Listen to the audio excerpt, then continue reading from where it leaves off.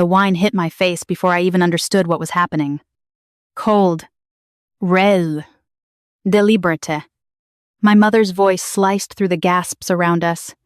Now maybe you'll finally learn your place. Riley. 30 pairs of eyes turned toward me as I stood there in my brand new $2. 500 emerald silk gown, the dress I'd saved for. Dreamed about. Poured myself into now ruined in front of crystal chandeliers and white linen tables. Dripping. Humiliated.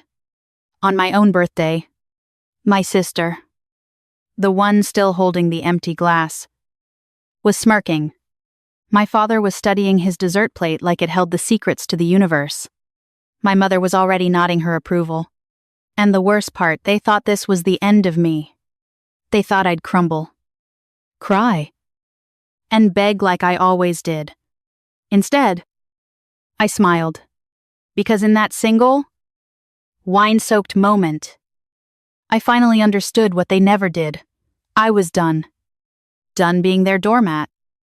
Their walking ATM. Their invisible family servant. That one act was about to cost them everything, and they had no idea it was already too late. From the street. We were the ideal American family.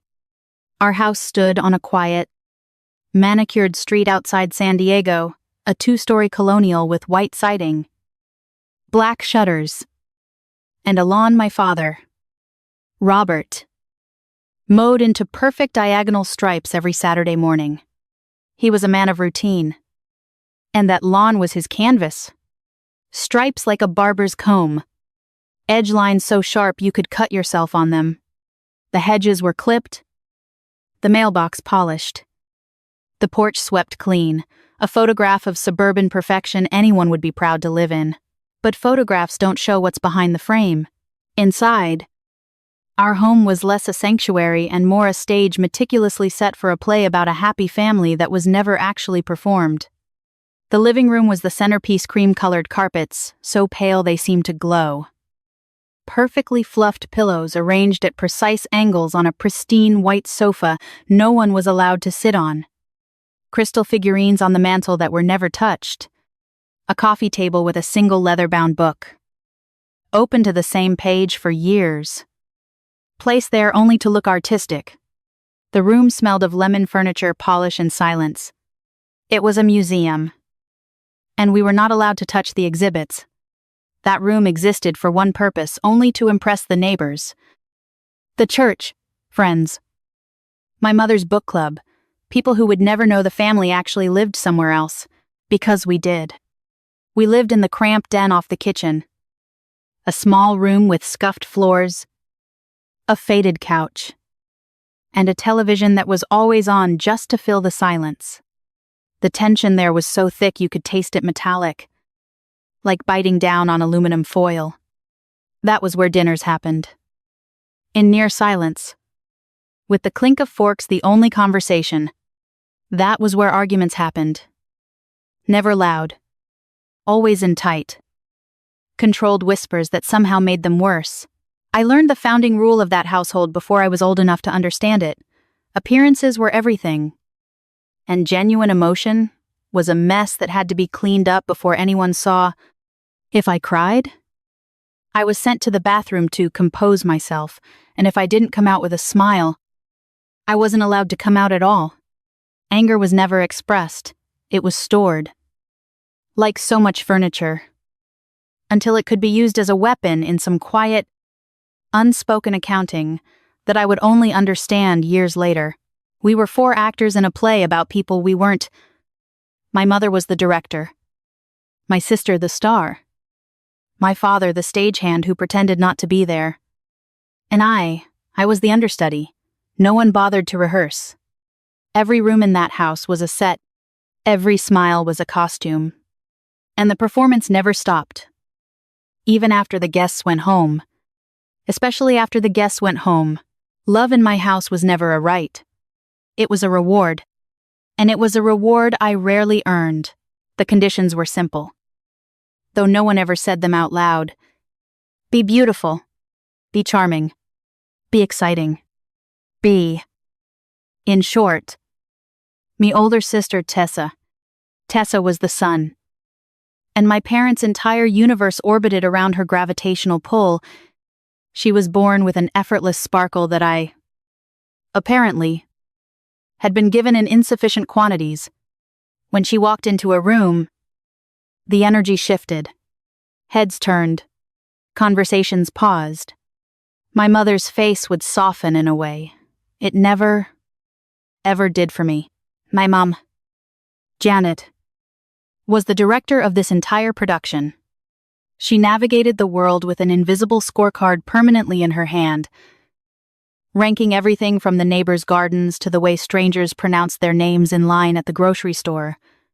She was a woman who calculated worth the way accountants calculated tax returns coldly, precisely, and with absolutely no room for sentiment. Her love was a currency she chose to invest wisely, and in her ledger, Tessa was a blue-chip stock, guaranteed to yield high social returns. A daughter who could charm, who could dazzle, who could make her mother look good in front of the other PTA moms and the ladies at the country club. Tessa was the portfolio my mother bragged about at dinner parties. The asset that appreciated in value every time she achieved something visible and impressive. I, on the other hand, was a safe but boring municipal bond. Reliable, low maintenance, utterly lacking in glamour. I was the investment you forgot you had. The one that quietly accrued interest in the background while everyone's attention was on the flashy stock. My mother never boasted about me. There was nothing to boast about. I got good grades, but not exceptional ones worth bragging about. I was polite, but politeness didn't sparkle. I was dependable, but dependability didn't get you invited to the right parties. The real currency in our house was social capital. Not quiet, steady affection. It wasn't about what you did for the family behind closed doors. It was about what you could offer the family in front of other people.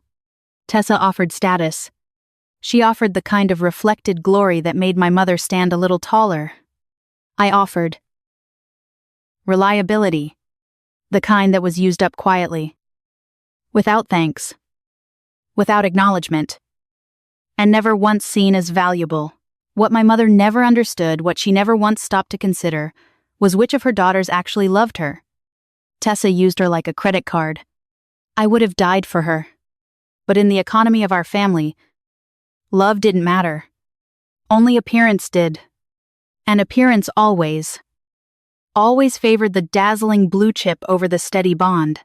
The first memory that cuts sharpest is my 10th birthday. It was a Saturday in early June. Warm and bright. And I'd asked for one thing, a small party at the bowling alley with my 3 best friends. Nothing grand. Just a few lanes, greasy pizza, and the loud, uncomplicated laughter of girls my own age. I'd been dreaming about it for weeks. Tessa, who was 13, overheard my mother discussing the plan. That was the end of it. Bowling is for babies. Mom, she whined from the couch, not even looking up from her phone. It's so lame. Everyone will think we're lame. The whining went on for 3 days. 3 days.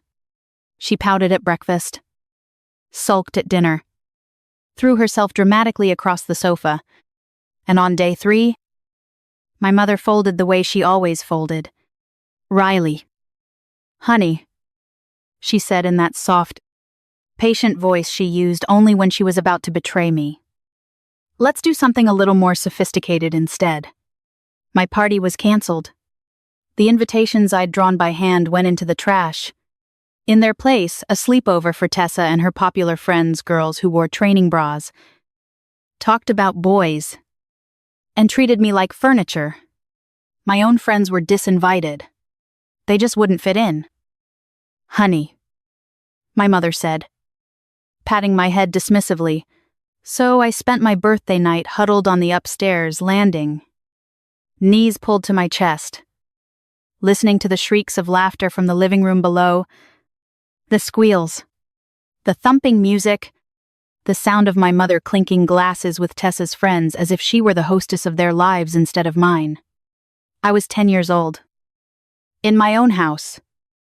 On my own birthday. And I felt like a stranger inside it. Eventually, they brought out the cake. Someone lit 10 candles. Tessa's best friend rolled her eyes and said, "Oh my God. Do we have to sing?" They did. Barely a half-hearted. Off-key. Happy birthday that started in different places and collapsed into giggles before the last word. Nobody looked at me. The moment it limped to an end, they dove straight back into gossiping about boys I'd never heard of. I blew out my own candles in the middle of that noise. I made a wish, though I no longer remember what it was. What I remember is the feeling that quiet, hollow certainty that I was a footnote at my own celebration. An afterthought in the story of my own life. Years later, I understood the sting more precisely. Tessa didn't even want the sleepover. She wanted it because I had asked for something first, and the spotlight could never, ever land on me. Her tantrum wasn't about bowling at all. It was about erasing me. Even a teen. I understood the family arithmetic. I just didn't know I'd be paying for it for the next 21 years. The fourth member of our household was barely a presence at all. My father, Robert, was the ghost in the family portrait there in every frame, but somehow never truly in the room. He worked long hours at an accounting firm, and I genuinely believe he preferred it that way. Numbers don't demand anything from you. They don't whine, or scheme, or measure your worth against a sister who outshines you. A column of figures balances, or it doesn't. And that's that. People are messier. People require a spine. When he was home, he was a silent observer, a master of strategic retreat. If my mother started a sentence with Robert, "I've been thinking," he would physically shrink, his shoulders dropping, his eyes finding the nearest exit. His role in the family was peacekeeper. But what he actually practiced was surrender. Keeping the peace meant never disagreeing with my mother. It meant never intervening. Never challenging. Never once standing between me and the casual cruelty that defined my childhood. His silence was a wall I could never break through. A moat around a castle where I wasn't welcome. I tried. God. He tried. When I was 16, I won the regional science fair. I'd spent months on the project, weeks of late nights, careful notes, and failed experiments, all leading to a display board that finally actually worked.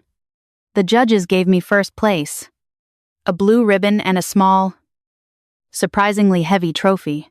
I came home that day practically vibrating with pride. It was a rare, fragile feeling, the sense that maybe, for once, I'd done something that would make him see me. I found him in the den. The newspaper spread across his lap. "Dad, look," I said, holding out the ribbon. "I won." He glanced up from the sports page, his eyes barely focused. "Oh, that's nice. Honey, good job." And then he turned right back to the paper. I stood there, the ribbon still extended in my hand, waiting for something more. A follow-up question. A smile that reached his eyes. Anything. But the sports page was more interesting than his daughter's achievement. Then, Tessa flounced into the room. She'd overheard the exchange from the hallway. I know she did. Because she timed it perfectly. She flopped onto the arm of the couch, sighing dramatically. "Daddy, my car's almost out of gas," she announced, in the tone of a princess announcing a national crisis. Without a word, he reached into his wallet, pulled out a $50 bill, and handed it to her. She snatched it without a thank you and breezed out of the room. He never even looked at me again. The blue ribbon felt foolish in my hand. A cheap token of an achievement that meant nothing in this house. I walked back to my room, closed the door, and stood in front of my mirror, wondering if I even existed to him. His inaction was a quiet, constant betrayal, one that hurt more than any loud argument my mother ever started. At least her cruelty was honest. His silence was an abdication. He saw everything. And he chose to look away. Every single time. That was the moment I stopped waiting for my father to see me. And the moment I started planning my escape, by the time high school ended, I knew exactly what my future would look like if I didn't fight for it. Tessa was already breezing through college on my parents' dime. They paid her tuition, her rent near campus, and handed her a shiny new convertible for her commute. She majored in communications and minored in fraternity parties. And my mother talked about her like she'd invented charisma. Meanwhile, the message about my own education was delivered without ever being spoken aloud. I was on my own, so I chose a state school. Not because I didn't dream bigger, but because I'd done the math. Whatever I wanted, I'd have to fund myself. And so I worked. 3 jobs. Every week. For 4 straight years. I was a barista at 60 A.M. Unlocking the coffee shop doors while the street was still gray and empty. My hands were raw from hot water and cleaning solution. And I smelled like burnt coffee and steamed milk for the rest of the day. No matter how many times I scrubbed. By early afternoon, I was at the campus library, working the reserve desk, shelving books so quietly that the silence of the stacks became the most peaceful place in my entire life. In the evenings, I tutored algebra. Mostly, teenagers who complained about their parents not buying them the newest iPhone, while I explained slope and y-intercepts. I did it all without complaint. Because I told myself this grueling schedule was the price of freedom, my family never saw it that way. To them, my hard work wasn't strength. It was proof that I lacked Tessa's innate sparkle. Have you ever had to build your own lifeline while the people who should have cheered you on dismissed it as weakness?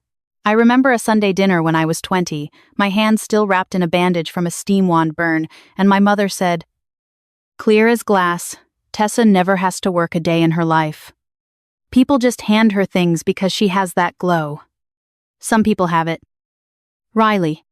Some people just don't." Tessa laughed into her wine. Dad studied his plate like it was the most fascinating document he'd ever audited. I had no glow. I had a num 00-A. M. Shift.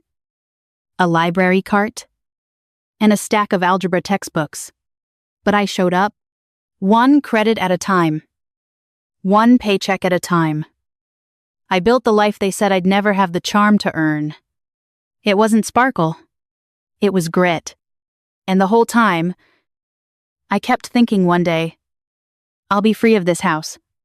I just had to survive long enough to pay for it. That's what made what happened next cut so deep. I had clawed my way toward independence. Working 3 jobs. Building my own life, and they still treated everything I had. My time. My money. My sleep. As communal property.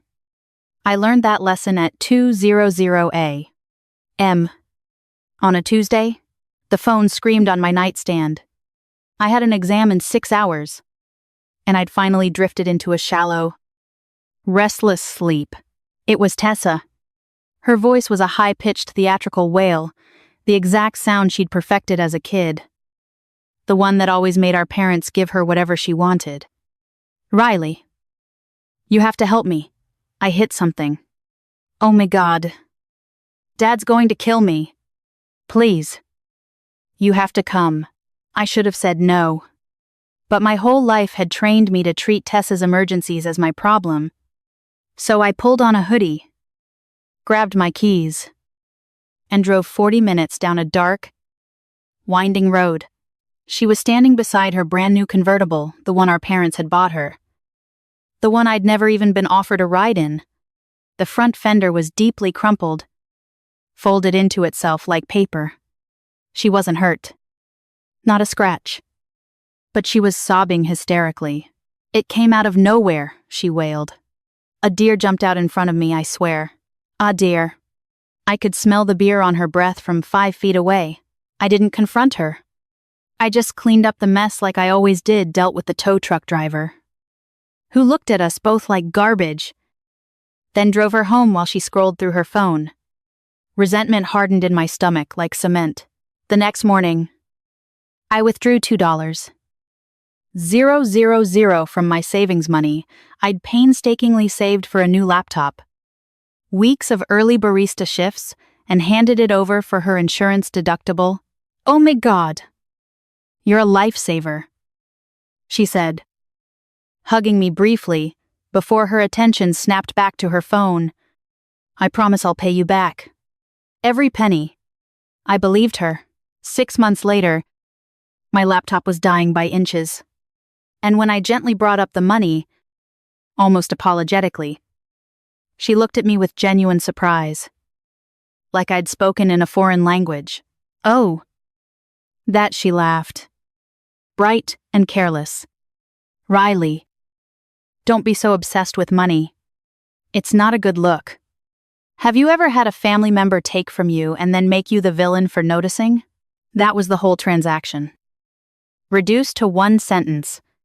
Me, dva. Ling ling ling. My sacrifice. Rebranded as my character flaw. I wasn't the generous one. I was the one obsessed with money. It was a brutal, elegant trick. They took, and then made me the bad guy for daring to ask. I didn't fight back that night.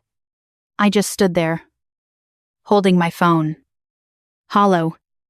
I told myself it wasn't worth the drama, but something had cracked in me that day, a hairline fracture in a foundation I didn't yet know was about to bring the whole rotten house down. The crack that had started with the car deductible became a canyon 6 months later. When Tessa announced her engagement to Greg, the proposal was a spectacle, a rented private room, a hidden photographer, and a ring Tessa called a little small, but fine for now. Then came the planning. Tessa wanted a fairy tale wedding. Not a wedding, a fairy tale. And my mother was determined to produce it. No matter what it cost. Cost was never discussed. Not once. Tessa ordered a designer gown that cost more than... The venue was an overpriced vineyard, the same one a celebrity had used. Tessa pointed out, as if that made it a necessity. The floral arrangements alone racked up another semester's tuition. The couture, the string quartet, the hand-lettered invitations with real gold edging. It was a fantasy. And my mother was the executive producer. The bills arrived like a tidal wave, I know. Because I saw them. One Tuesday evening, my mother sat me down at the kitchen table with a stack of credit card statements spread out in front of her. Each one stamped red with created over limit. My father sat in his usual chair, studying nothing. My mother, her hands flat on the papers, slipping into that soft, careful voice she only used when she needed something. "Riley. Honey," she began, "we're in a bit of a tight spot. We just wanted to give your sister the perfect day. You understand? Don't you? We don't want to look poor in front of Greg's family. It's a matter of pride." She pushed the statements toward me. The numbers made my stomach clench. I could have paid my rent for 2 years with what they'd spent on flowers alone. "We were thinking," she went on, "since you're so good with money, and you don't have the expenses Tessa does, no husband, no house, maybe you could help us out, just until we get back on our feet." I sat there, words dying in my throat. I looked at my dad. He was staring into his coffee cup as if the answer was sitting at the bottom of it. I waited for one honest word from him. One. It never came. Instead, he cleared his throat and mumbled, "Your mother is right. It's for the family." Those were the only words he contributed to the entire conversation. The next morning, I walked into my bank like a condemned prisoner on her way to the gallows. The teller smiled. I asked for a transfer form. I typed in my mother's account number and watched the balance on the screen shrink to almost nothing, every penny I'd saved since the summer I turned 15. scooping ice cream until my wrists ached, working registers, scraping quarters into a jar. It was supposed to be a down payment on a small condo. My one symbol of independence. I transferred it all with a single click. That click was the sound of my future. Sold to keep their fairy tale alive. 13 months later, I was standing at the back of that vineyard ballroom. In a champagne-colored bridesmaid dress, I had paid for myself $340. Altered twice. Because the seamstress my mother had chosen for Tessa's party somehow never had time for mine. The string quartet played. The candles flickered. And Tessa, radiant in her designer gown, gripped the microphone with tears glistening on her lashes. "Mom and Dad," she began, her voice catching theatrically. "I don't know how I'll ever repay you. This wedding, this perfect day. Your unbelievable generosity means everything to us. Unbelievable generosity." I almost laughed out loud. The audience applauded 180 people rising to their feet, clinking glasses, dabbing their eyes. My mother actually had tears rolling down her cheeks. This woman who had never once cried over anything I had done was weeping for the wedding I had financed. I watched her, and I felt something cold and vast open up inside my chest, because my name was never mentioned. Not once. Not a thank you. Not a nod in my direction. Not even the small, dignified version of the truth that the generosity they were all applauding had been paid for. Dollar by dollar. By the daughter standing quietly by the wall, I was an anonymous donor to the Church of Tessa. The donation had been made. The receipt had been shredded. Have you ever had to stand in a room full of people celebrating something you paid for? Knowing you'd be invisible by morning, that's the kind of silence that hollows you out slowly. Without a sound, I stayed for the toasts, for the first dance, for the moment my mother raised her glass and called Tessa the greatest gift our family has ever produced. At least that one got a laugh out of me. Bitterness? I was learning. Was a funny thing. When a waiter offered me champagne, I declined. I was too busy being a utility, a resource to be tapped when needed and stored away when not. That was the role they had assigned me. And for years I had accepted it, clinging to a fragile, childish belief that one day the scales would tip, one day they'd turn around and finally see me.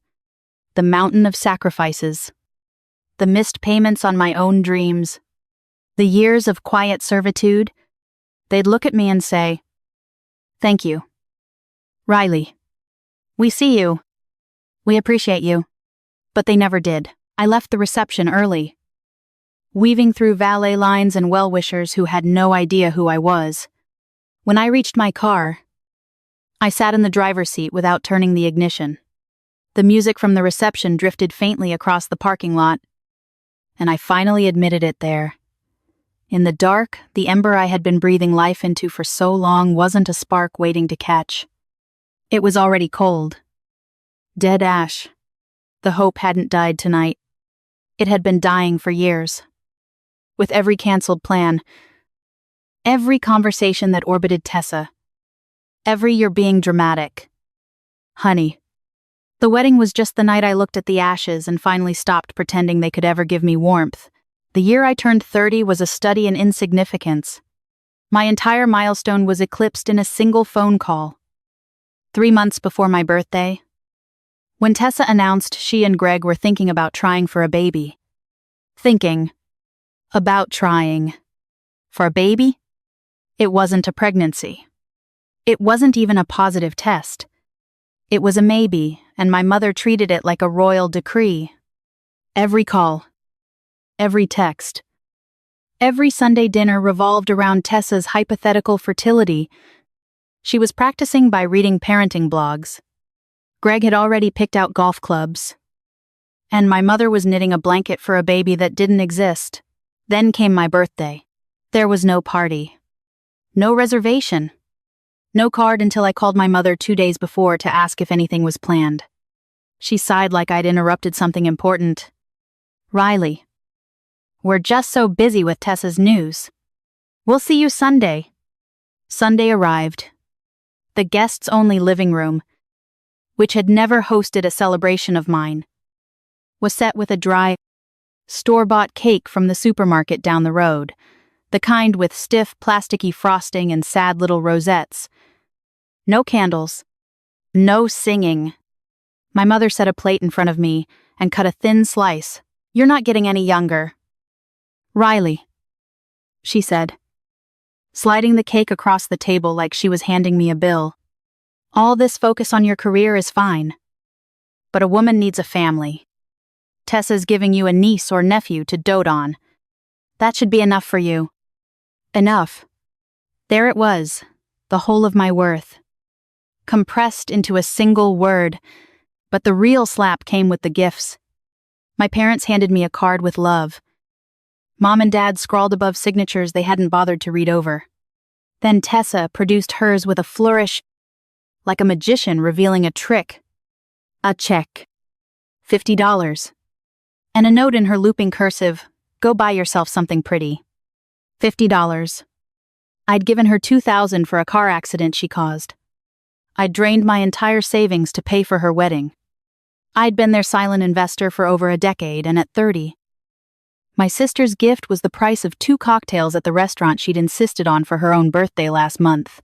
Have you ever held a gift that was actually an insult? And realized you were expected to smile for it? I smiled. I thanked her. I folded that check and carried it in my wallet for weeks like a piece of evidence. And when I finally looked at it one night, alone in my apartment, I didn't see $50.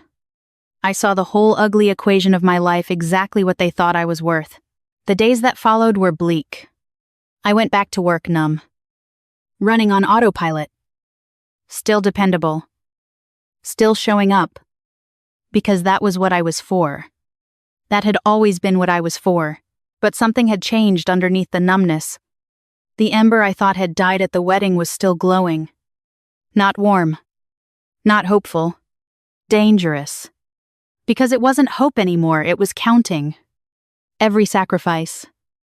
Every dollar. Every ounce of myself poured into people who couldn't spare 50 without making it an insult. And in the quiet routine of those days, that tally was becoming a plan. The promotion came on an ordinary Tuesday. I was presenting the marketing strategy. I'd spent 6 grueling months building late nights, discarded drafts, 100 small agonies nobody ever saw. When I finished, the room went quiet for a beat too long. Then the client, a notoriously difficult CEO who had never once praised anything in his life, pushed his chair back, stood up, and started applauding. The whole room followed. My boss caught me in the hallway afterward, her eyes glistening. "Riley, that was absolutely brilliant. We're promoting you senior brand strategist. It comes with a significant raise. You've earned every penny." I stood there as her words settled, and the contrast hit me like a physical blow. At work, strangers stood up and applauded something I made. At home, the people who'd known me my entire life couldn't lift their eyes from a dessert plate to see me. At work, I was seen, valued, rewarded. At home, I was a ghost, a walking ATM. Tapped when they needed funds. Stored away when they didn't. That night, alone in my apartment, I finally did the math I'd been avoiding for years.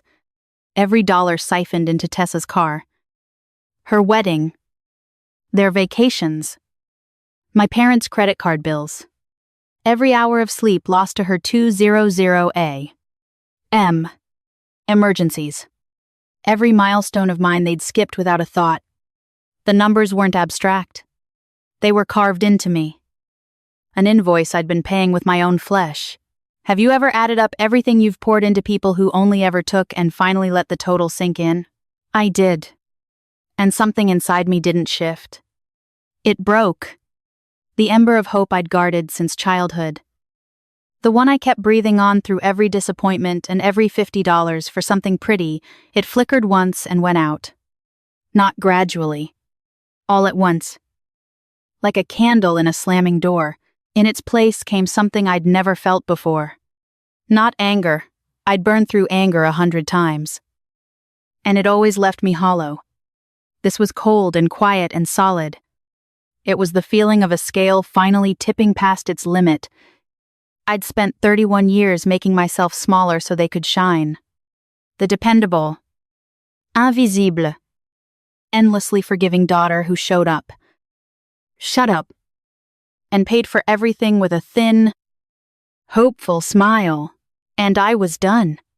Done. Waiting for approval that would never come. Done being the family's silent investor. The promotion wasn't just a raise. It was a key to a life where my worth wasn't decided by people who'd never once fully looked at me. Sitting there in the dark. That cold resolve hardened into the first real plan I'd had in years. This time, I didn't wait for them to remember me. I planned my own birthday, my 31st, and I chose La Violette. It wasn't just the most exclusive restaurant in San Diego. It was a symbol. Years ago. My parents had gone there for their milestone anniversary. And they talked about it for months afterward. The impeccable service. The exquisite food. The sheer glamour of it all. They described it like a sacred place. Reserved for special people, Tessa had always assumed she'd be taken there for her own big moments. A graduation. Un engagement.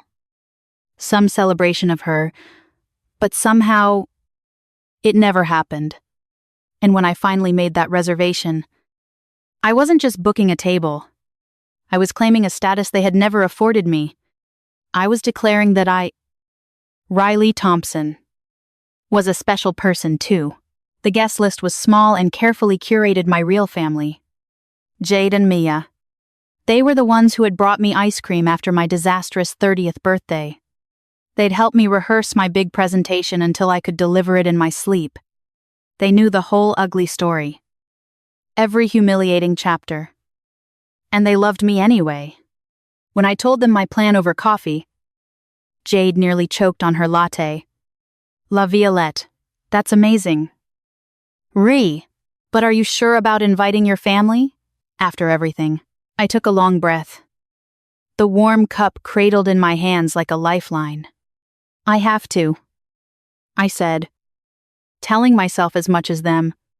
It's my last chance. This time it's on my turf, a place I chose. A dinner I'm paying for. Maybe. Just maybe. The shift will force them to see me differently. Mia reached across the table and squeezed my hand. We'll be right there beside you. Your personal bodyguards? We laughed. But we all knew she was only half joking. And in that moment, I felt something I hadn't allowed myself to feel in years: hope. Fragile. Dangerous hope. I had spent my entire life keeping the peace, swallowing insults, funding their demands, smiling through every dismissal, while my own light dimmed a little more each year. I'd told myself it was love. But sitting there with my two real friends, watching them volunteer to be my armor, the truth finally surfaced. Love was never supposed to be a one-way transaction. Have you ever had to choose between keeping the peace and keeping your self-respect? Because I was standing at that exact crossroads. With a birthday in 3 weeks and 31 years of evidence that they would never change, I chose myself. The planning became a quiet rebellion. Every detail was mine. The date. The room.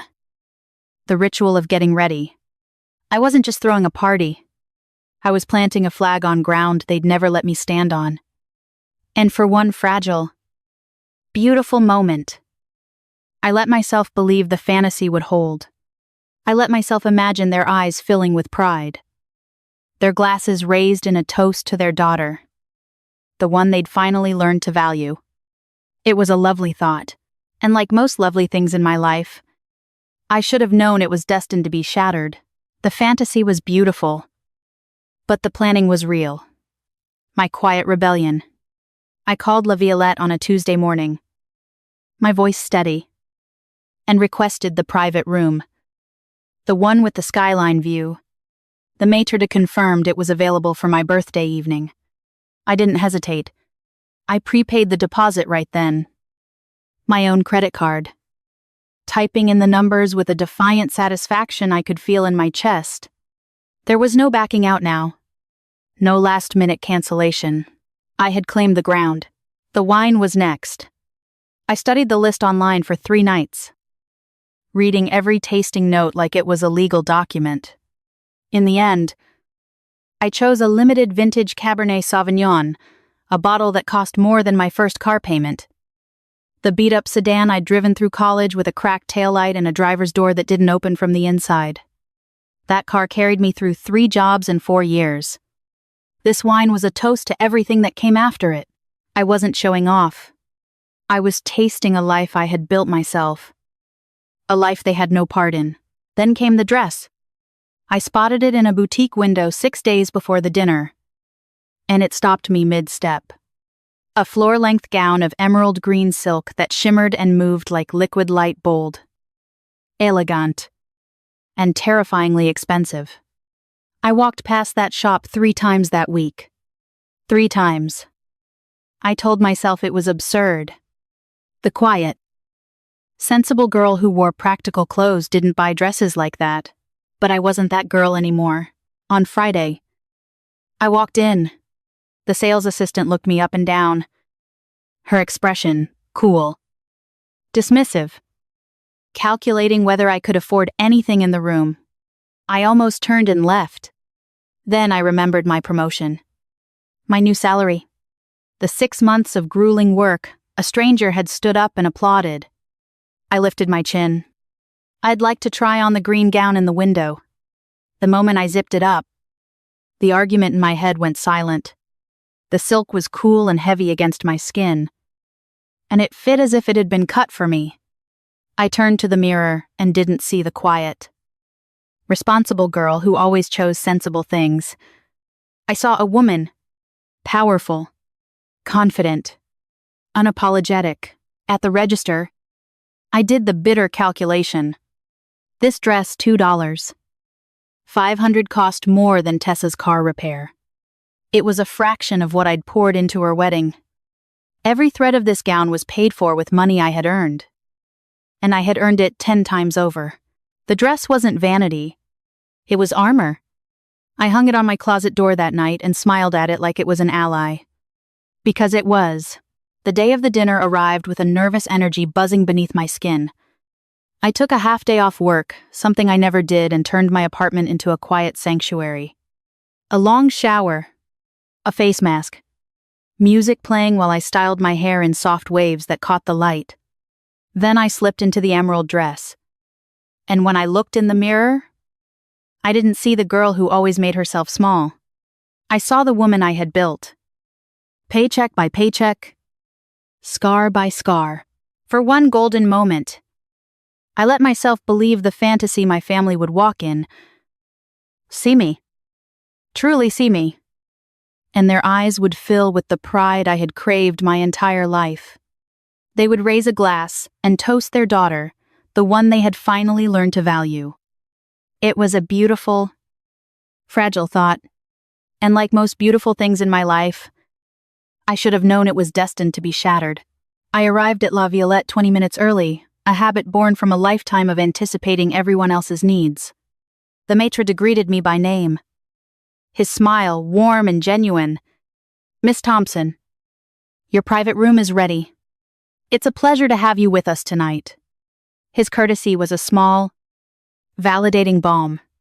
I walked behind him through the main dining room, my heels clicking softly on the marble floor like a countdown. The private room was even more beautiful than I had imagined. A long mahogany table set with crisp white linen, polished silver, and an army of sparkling crystal glasses. A vase of white lilies in the center, their delicate scent filling the air. And the wall of glass, a breathtaking panoramic view of the San Diego skyline as the sun began its slow descent, painting the sky in fiery hues of orange and purple. It was perfect. A scene from a life I'd only ever dreamed of. Jade and Mia arrived right on time. Faces glowing. Riley. Oh my God. Stop it right now. Jade pulled me into a hug. You look like a movie star. That dress is everything. Mia handed me a beautifully wrapped gift. Happy birthday. Rai. You deserve all of this and more. A waiter appeared as if by magic and poured us each a glass of champagne. For the next 40 minutes, the evening was everything I had hoped it would be. We laughed until our sides hurt, reminiscing about college days. Terrible jobs. Awful apartments we had shared. Jade had found a rare first edition copy of my favorite novel. Mia had framed a collage of photos from our trips together, a visual history of our unbreakable bond. We toasted my promotion. My new life. A future free from the ghosts of the past. Have you ever had a moment so perfect you knew, somewhere deep down, that it was borrowed time? That's how that golden hour felt. I held on to every laugh, every clink of a glass, every "I'm so proud of you," because some part of me already knew the storm was sitting in the driveway, waiting to come in. The first thing I noticed was the sound of her heels before I even saw her, that sharp, confident click-clack on the marble floor that had announced her entrances my entire life. My mother swept into the private room 45 minutes late, and I knew in that instant that she hadn't rushed. She had never once in her life rushed for me. Behind her, Tessa floated in like she was making an entrance at her own event, wearing a tight, shockingly white cocktail dress that hugged every curve. White. At someone else's birthday dinner. The audacity of it took my breath away. My father trailed in last momentarily, shoulders already hunched, like a man reporting for a sentence. Greg shuffling behind him like a hostage, but it was my mother's first words that I'll never forget. She didn't say happy birthday. She didn't say I look beautiful. She didn't even say hello. She scanned the private room, the mahogany table, the crystal glasses, the skyline glittering through the glass wall, and then she looked at me with those cold, calculating eyes and said, "So, this is where our hard-working girl spends her money." And I heard what she was really saying. You don't deserve this. You never did. This is wasted on you. My mother's version of a greeting was an indictment. I felt the warmth of the golden hour drain out of the room like water from a broken glass.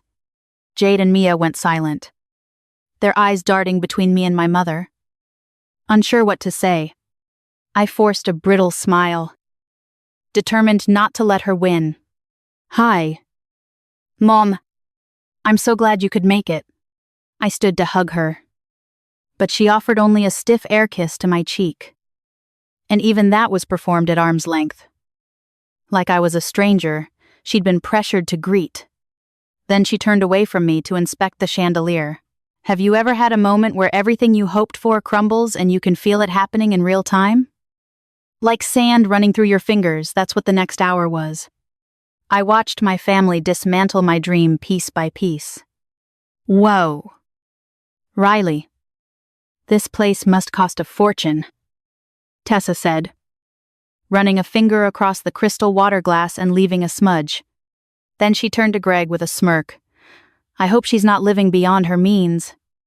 Greg, who had never once in his life paid for a meal when I was around, chimed in with that smug grin of his. 6 figures must be nice.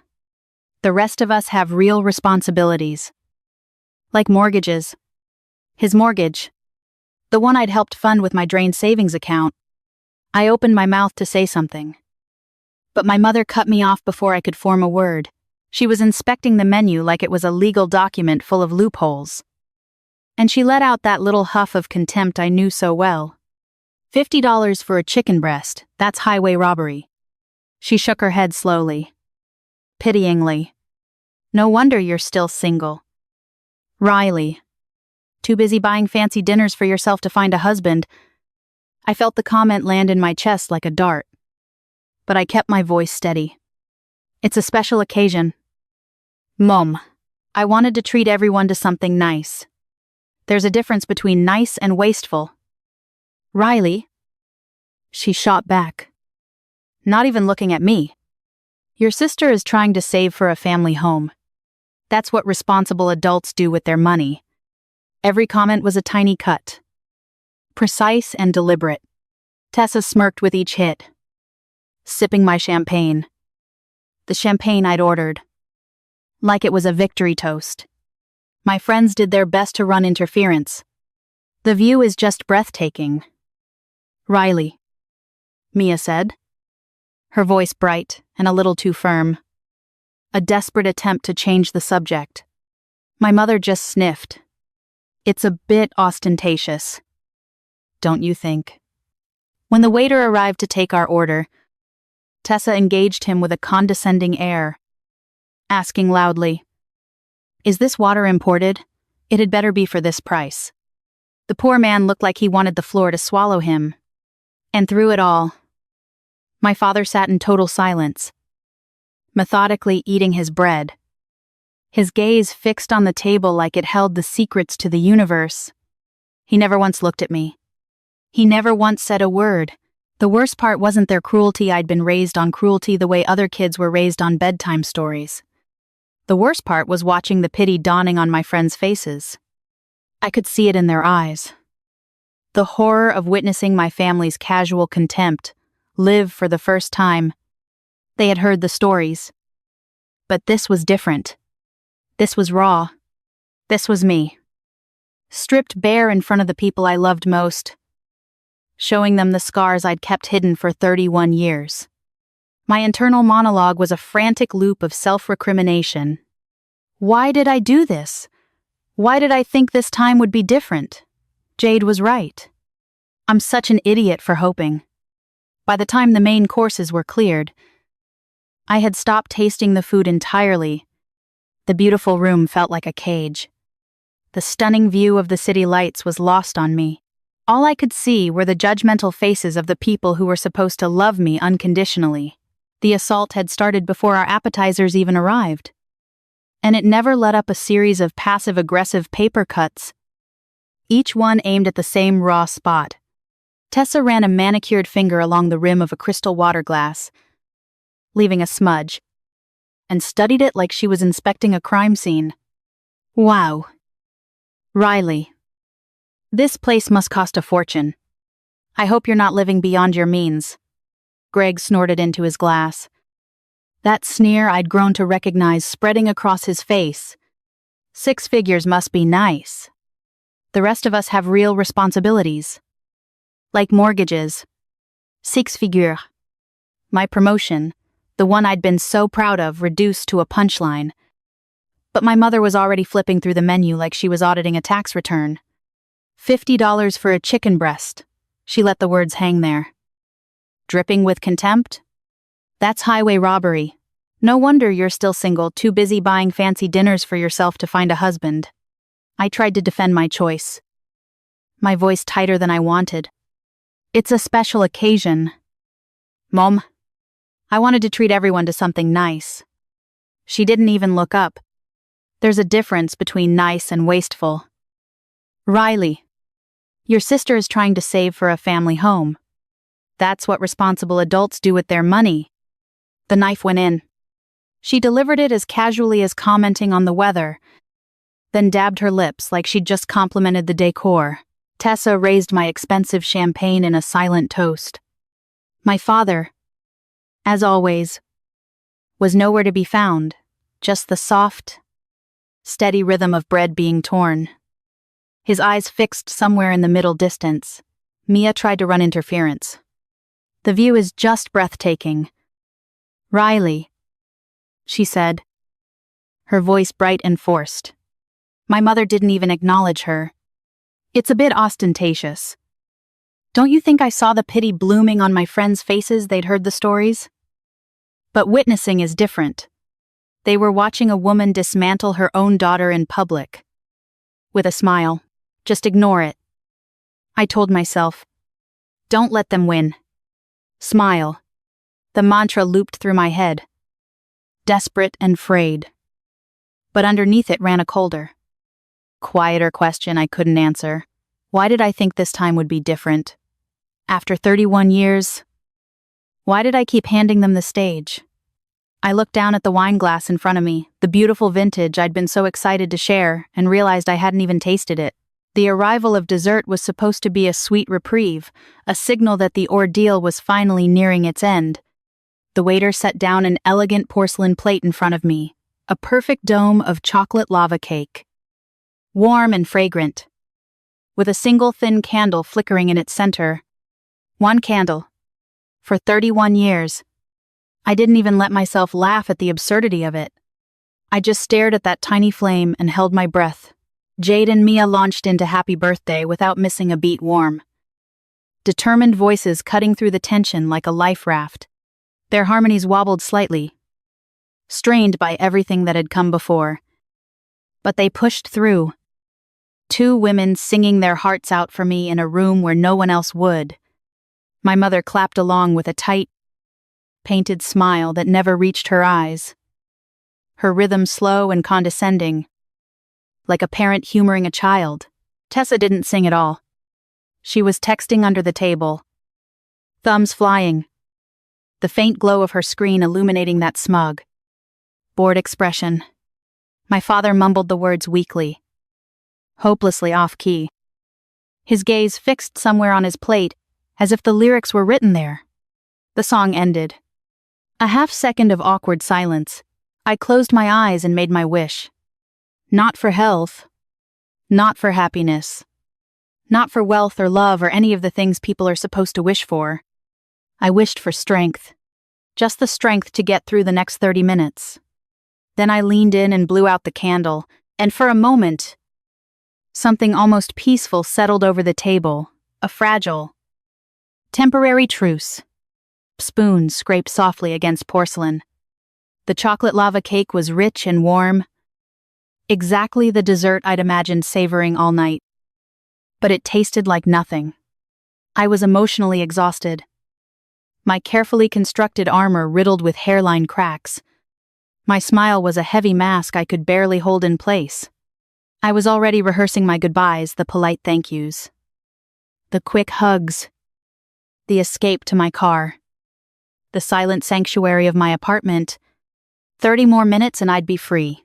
But the peace was as fragile as that single candle's flame. And Tessa wasn't done with me. The silence had barely settled over the table when Tessa leaned back in her chair. A slow, predatory smirk spreading across her face. She placed her phone face down on the linen, a gesture of finality. She was giving me her full, undivided attention for the first time all night. And that was the most dangerous thing she could have done. So, Riley, she began, her voice deceptively light, like silk wrapped around steel. Rumor has it you make what? 6 figures now. It wasn't a question. It was an opening statement she'd been rehearsing all night. I'm not discussing my salary at my own birthday dinner. Tessa. She ignored me completely. Must be nice not having to budget. Greg and I are investing in property, a real asset. What are you even doing with all that extra cash? I work hard for it. Yeah. But some of us work smart. She shot back, glancing smugly at Greg. That was the opening my mother had been waiting for.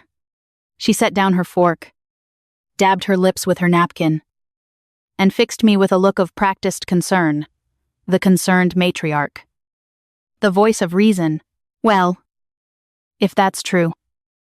Riley, maybe you could finally help us out, she said, her voice heavy with theatrical hardship. Your father's firm is downsizing. The property tax bill just came in, and it's a nightmare. And more importantly, she gestured toward Tessa like a queen presenting her princess.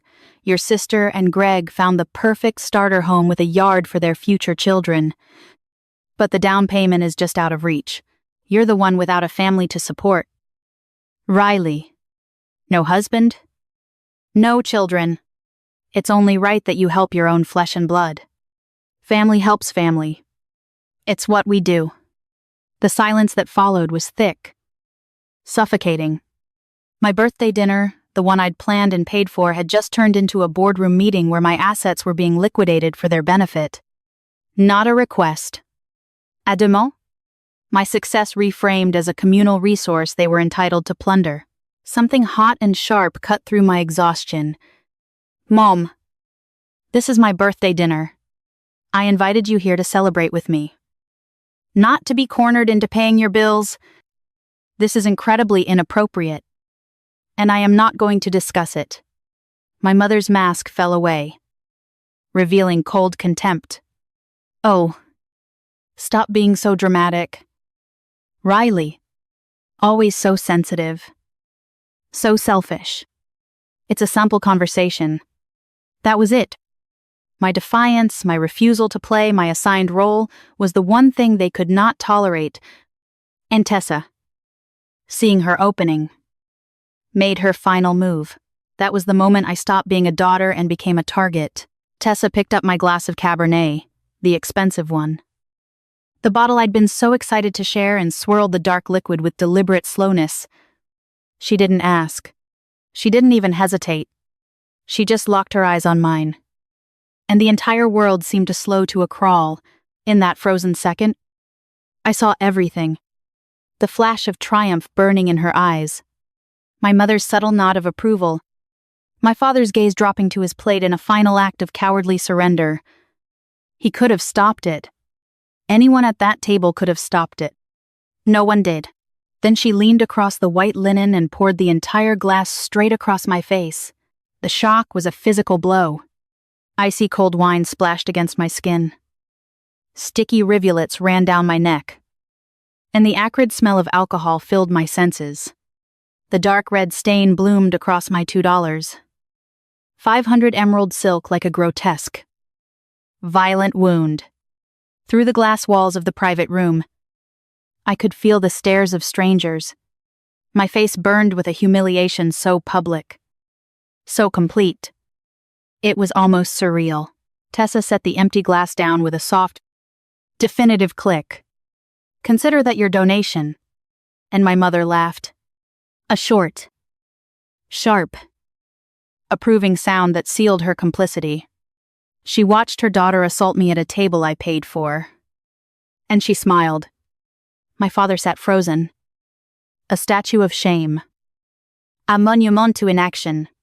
That's when something inside me broke free. Something I had kept locked away for decades. Buried under layers of duty and disappointment. It wasn't sadness. It wasn't shame. It was a clean, white-hot rage that burned away every last vestige of the quiet, accommodating girl I used to be. The fire they had spent 31 years trying to extinguish finally ignited into an inferno, and somewhere in that inferno, the version of me who needed their approval died. Right there. At my own birthday dinner. In front of 30 pairs of eyes, they thought the wine would humiliate me into silence.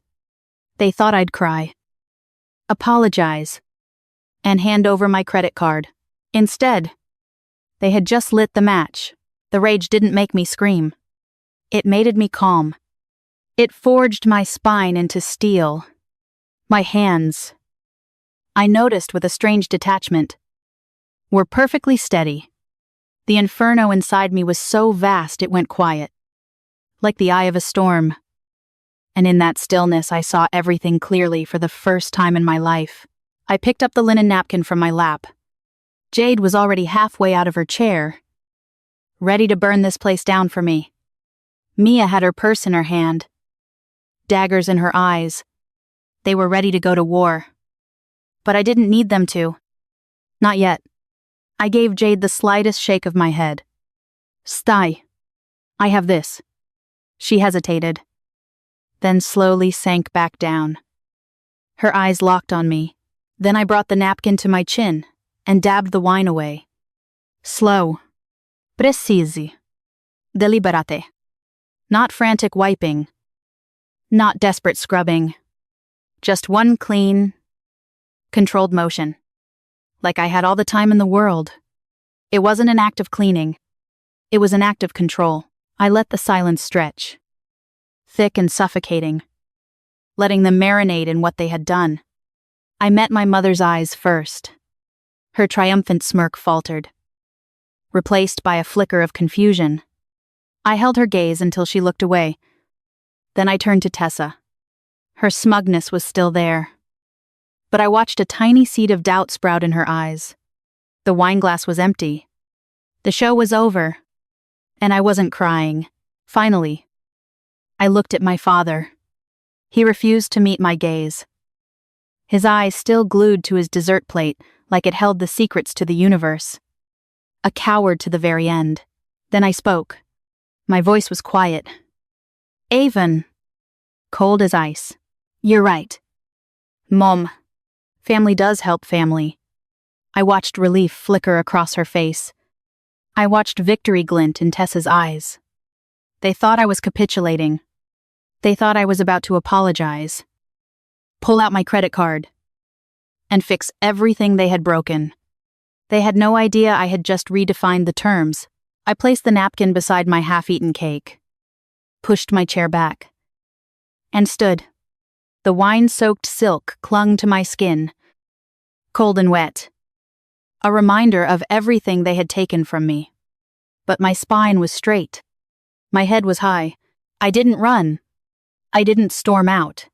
I walked, past the shocked patrons. Past the pitying stares. Past my friends who fell into step behind me. The maître rushed forward. Concern etched on his face. Miss Thompson. Is everything all right? Should I call security? No. Thank you. I said. My voice steady. My guests will be settling the bill. And I didn't look back. The months that followed were the quietest of my life. I kept the emerald dress. The stain never fully came out. And I never tried to fix it.